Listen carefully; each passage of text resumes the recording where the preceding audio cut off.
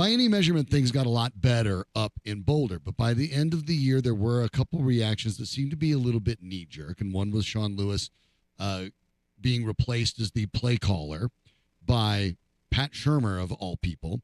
And the Buffs did not look demonstrably better at the end. They were losing close for the most part, just like they were before. The news now is that Sean Lewis, according to Brett McMurphy, will be taking the head coaching job at San Diego State. Which would have happened in any case. I think so. I think we need to remind people of that. Yeah. His team was averaging, while he was calling the plays, over 30 points. Right. And so if they continued with Sean Lewis as offensive coordinator, San Diego State doesn't offer him the job. Of course they do. Right. Okay, of course he leaves. This was in folks at San Diego State retrospect knew a really all good along for weeks that they wanted to hire an wanted. offensive guy because they're opening up a $310 million facility, and they want to get people into the facility, and you get people into a facility to watch your games when you play offense. San Diego State's had good defensive teams for a long time. Rarely have they had good offensive for Lewis teams. because, look, this was always the plan. Lewis quit his head coaching job at Kent State to take the job at Colorado. Because he thought it would put him on the faster track to somewhere, which it did. And here he goes and lands that job. We basically won. And that's it. The MAC is Division I. I get it, but Mountain West is considered maybe a superior conference. Well, slightly especially superior to now the with the new scheduling that will include Oregon State and Washington State. The Mountain West becomes, I think, the best of the next five. Yes. And I don't even think there's a dispute about that. Right. It clearly becomes that. And so a good fit for Lewis, who also gets to make sure that, if he was doing some of the recruiting in this area, could still continue to do it, because any of the headway that he got with CU is also going to be more or less applicable in that Mountain West conference. So Lewis is going to move on. There have been some challenges. Some of the recruits, although they are 2025 recruits, decommitting. We can talk about that a little bit as well. But Paul Feinbaum, who has seen plenty of college football over the decades and seen the ebbs and flows of it, had some comments that I thought were really pointed, let's say. They were pointed about the University of Colorado and Deion Sanders. Wanted to let you hear a little bit from Feinbaum, and then we'll talk about it. Yeah, I mean, I think the worst thing was also the best thing for Deion. And I'm not blaming you two, but I am blaming you two, okay? Because I sat here 10 weeks ago, and you guys saw what was happening. I mean, I'm watching on TV. You're on the sidelines. You brought it here. And we all started talking about, are they a playoff team? No, they're not a playoff team. Are they a bowl team? Maybe. But he had so much to overcome. And I think because of his magnetism and charisma and what he brought to that program, they were able to beat TCU. They were able to turn games that they probably shouldn't have done. But then the reality struck. I said it a year ago, Stephen. I didn't want him to go to Colorado. I thought he needed a better place. I think he's okay there, but the hill is too tall. And, A&M, I don't think is a possibility, but there's a job there for him. I think he needs to spend another year from a credibility standpoint, try to build it, and then make a value judgment. I talk to coaches all the time at good schools who end up losing to a school like Georgia and go, I don't know what else I can do. I mean, they've got 5 stars in the starting lineup, and they've got 5 stars at second team. Deion you can't do that in 1 year in college football. You can't play elite teams and succeed. So I think he's in a conundrum. I think it would be a bad look if he just bailed, but I think if he gives it 2 years, and by the way, his best players couldn't leave with him anyway after 1 year because they've already made the move, then I think the world is his oyster. I think he could go anywhere. Now, this was said before A&M named its new coach. And correct. Deion was never going there anyway, No. and Feinbaum said as much. That was a statement made several days ago before the A&M job was open. I don't agree with him necessarily in postulating that CU is not a particularly good place for him. I think it was just about the only place for him to show what he ended up showing, because 4-8, even at a school like, let's say Vanderbilt, okay. Is that raising your profile anymore, really? Your profile all that Actually, much. and the hill, quote unquote, but like a Vanderbilt or something would be much larger. Of course. Or in it's the SEC. Cincinnati, the only other university that even considered Deion Sanders seriously, now all of a sudden we'll be in the same conference as the Buffaloes. Right. But Right. that hill would be larger as well. Yeah. I disagree with that. I disagree and with I that. disagree with one other part of it, and then I'll get out of the way. This idea that, he could leave after 2 years and then the world is his oyster. No. If he leaves after 2 years and this isn't a top 25 program, Right. everyone's going to say it was a joke. It wasn't real. It was all a facade and a charade. And I think it would decimate his coaching career. Well, I think this season more or less locked him into Colorado for a longer haul. So he's talking to Stephen A. Smith and Shannon Sharp. Right, who are desperate to get him Who to Texas are- because that's their brand. Got it. Right. Well, yes, and they've also been quite complimentary of Deion. Right. Particularly earlier on in the season when they were both invited out to Boulder. Right. Funny how that works. So Feinbaum is kind of poking at them a little bit. Remember at the beginning he said, "Not blaming you guys, but I'm blaming you guys." Blaming you guys. You guys got carried away. And he's right about that. They did get carried Mm-hmm. away. But if you saw the video, which I did, you could only hear the audio there, Right. obviously. But if you saw the video, Sharp was smiling and nodding, and not a sarcastic smile or anything like that. He was nodding. aware they got in caught up in agreement. the hype. They got caught up in it, and they both did. They Mhm. both did. A lot of people did. And both more or less through Feinbaum's commentary were acknowledging, well, yeah, they were shrugging and smiling. Oh, well, yeah, you're right. Feinbaum got off the Deion train after Stanford, and that to him exposed CU worst in general, loss in college's and football program. Maybe the worst loss. Deion in particular for this Never year. blown a bigger lead. Deion's mistake, fundamentally, I guarantee I won't use that word again today. I'll find another word. He got off track by doing a victory lap after 3-0. Correct. Agreed. And Agreed everything's proven. entirely. We're Yep. we're on our way. And even after USC, I was there in the room when he said it. He said, anybody who doesn't see where this program is going, and the context was right to the top of the rankings, or certainly rankings that would put them in contention next year Mm-hmm. for the college football playoff. Okay? That was what he said. And he said, anybody who doesn't see that's the direction we're heading is basically blind Right. or willfully ignorant. Okay? Yep. He did. And that's what he said. So, yes, everything you said earlier is true, but when they blew the game to Stanford, they began to get scrutiny more than just attention and acclaim and applause. They began to be scrutinized. There's no there there.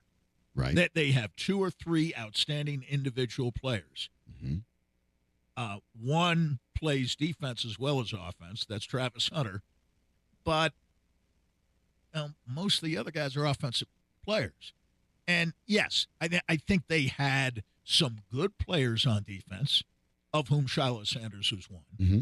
But other than Travis Hunter, I don't know that anybody plays at the level of an All-American on the defensive side of the not ball yet. presently at the University of Correct. Colorado. Not yet. So you throw that in with, again, since that statement was made by Feinbaum, the news about a couple of quarterbacks, one from the 24 class, 3-star quarterback named Danny O'Neill, decommitting. And then Antoine Hill from the 25 class is a number 46 ranked prospect in that class, the ESPN Junior 300 at quarterback, number 46 in the rankings. That's a significant decommit. Now, it doesn't mean that Yeah, it's he like, let's can't make sure change we his understand what a mind. decommit Okay, means. but Deion because- Sanders himself went crazy when he was presented with news last week about some other guys who had decommitted, and he sure seemed to be bothered by it, even though it's technically still possible that all those guys could come back. He Right. basically dismissed him, basically said, we didn't want them anyway, and they aren't loyal. And once a guy commits, then the NCAA should prohibit that player, that student, athlete, whatever, from visiting any other school, which is, of course, preposterous. Right, Deion ridiculous. is taking people from other schools all the time. and plans on doing it again literally and next week. on the recruiting trail. Literally he next wouldn't he wouldn't mind at all if somebody decommitted from Florida State and decided to go to CU. Right. One of the challenges I think that Deion Sanders is going to have to get, and it's happened. I think I've seen it happen. It's happening slower than expected. This is always the challenge, right? When you have someone who has been extraordinarily successful, and we've seen it. We talked about John Elway and Dan Marino earlier in the program, right? Sometimes when people have been successful their whole life because, quite frankly, they happen to be gifted, but also have the work ethic. I'm not knocking it. I'm not knocking Elway, Marino, or Deion Sanders' work ethic. Unquestionably, all three of them elite. But there's this assumption that because I've always been good at what I do, I'm always going to be good at what I do. And I think Deion Sanders has had sort of that cold bucket of water dumped on him there. And over the course of the year, you saw some of that bombast go down. You saw him a little bit. Now, not as fast as I think a lot of people would like, and I'll include myself in that.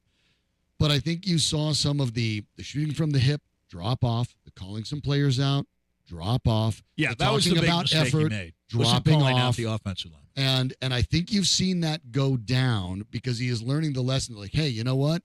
This wasn't as easy as you thought. And that's where it takes me back to my spot where I disagree with Feinbaum, and you do too. Colorado's the perfect place for him. Because if you're with an SEC school right now, the expectation is now. We better be top 25 next year. We're SEC.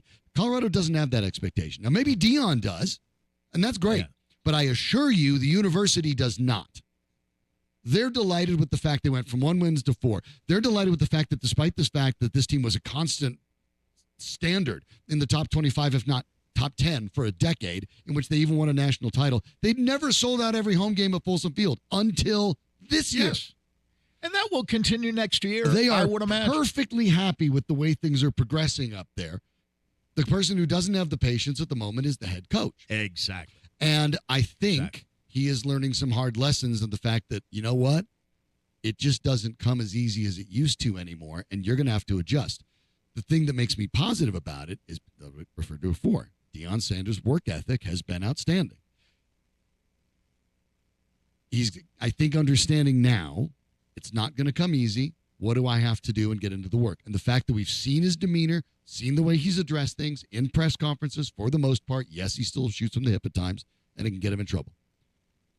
But I think we're seeing demonstrable change, and that tells me that's the reason for hope. If Deion Sanders was the same way he was at the end of the year as he was the beginning of the year, then you're thinking, he's just this guy.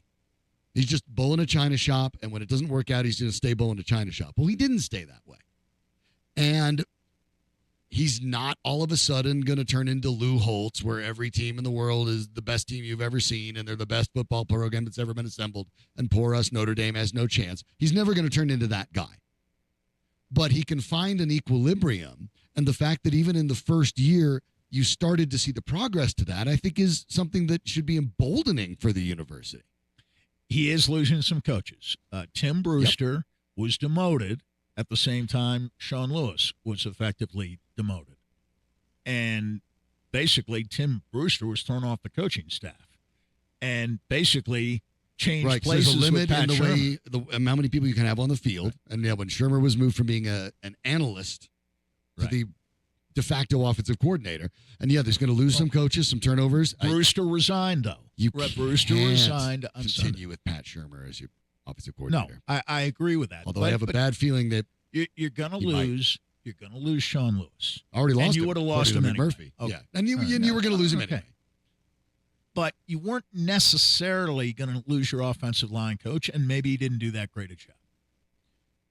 But he's gone. He'll go with Lewis. Brewster has resigned. I don't know where he's headed, but he announced Sunday he was resigning.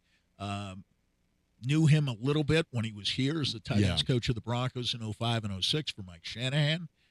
He was the assistant head coach at Florida in 20 and 21 when Dan Mullen was at the University of Florida. He was at Jackson State with Deion in 22 and here with Deion in 23, of course, and the former head coach at the University of Minnesota for 4 years following a stint in Denver 2007 through 2010. I don't know Tim Brewster well enough to say that this is a big loss, but Sean Lewis leaving, not surprising.